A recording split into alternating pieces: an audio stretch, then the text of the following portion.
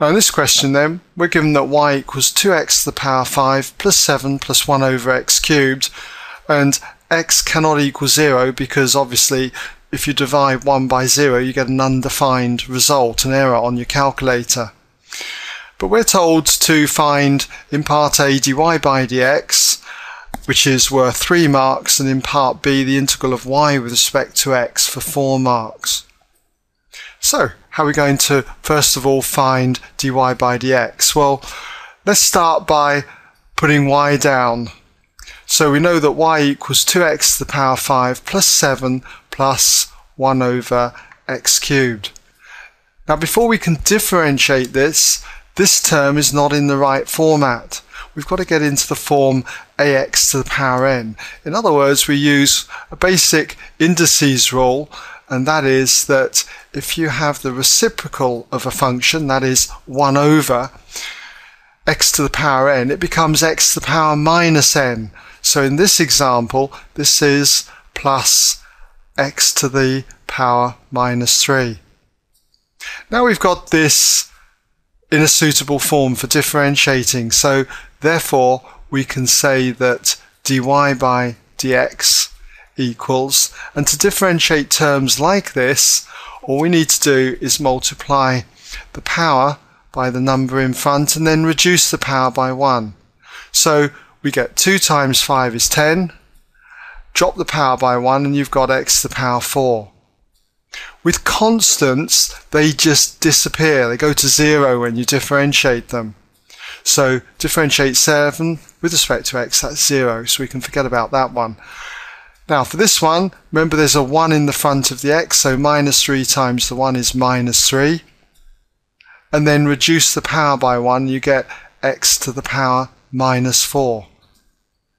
So we just need to tidy this up. If we simplify this, we've got 10x to the power 4, but we can think of this term as minus 3 times 1 over x to the power 4, which then becomes 3 all over x to the power 4. Alright? Okay, well that's A done for 3 marks, and then we move on to part B. Now in part B then, we've got to integrate y with respect to x. So I'd put that down as my intro, and then fill that in with what we've got. And we can now rewrite this, but we might as well write this term as x to the minus 3 because that makes it easier for integrating. So we've got 2x to the power 5 plus 7 plus x to the power minus 3. And again, remember we got more than one term here, so put that in brackets and don't forget that dx on the end. Okay, so each term we can integrate now. When you're integrating terms like this, we just add 1 to the power and divide by the new power. So for this one, we've got 2x, add 1 to the power, 6, and then divide by the new power. So that's 6 down there. For constants, always just put an x on the end. So we get plus 7x. For this term, add 1 to the power, so it's x to the power minus 2, and then divide by the new power minus 2. And what we mustn't forget is the constant of integration plus c, or any other letter of the alphabet. Okay?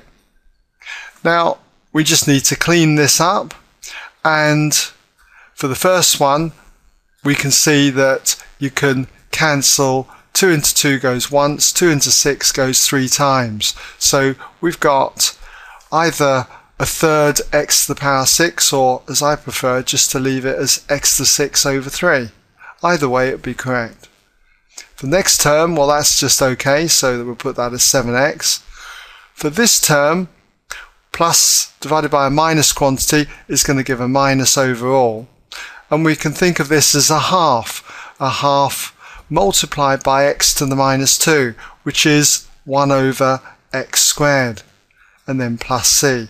But this term is still not simplified fully, so we can write that again in a better form. We can write it as minus 1 over 2x squared. Okay? and then the constant of integration plus c. Now, for differentiation or integration of functions like this, if you're unsure still of this kind of thing, you can always go on the tutorials on my website. Okay, just look under differentiation and integration. Okay, well, that brings us to the end of this particular question.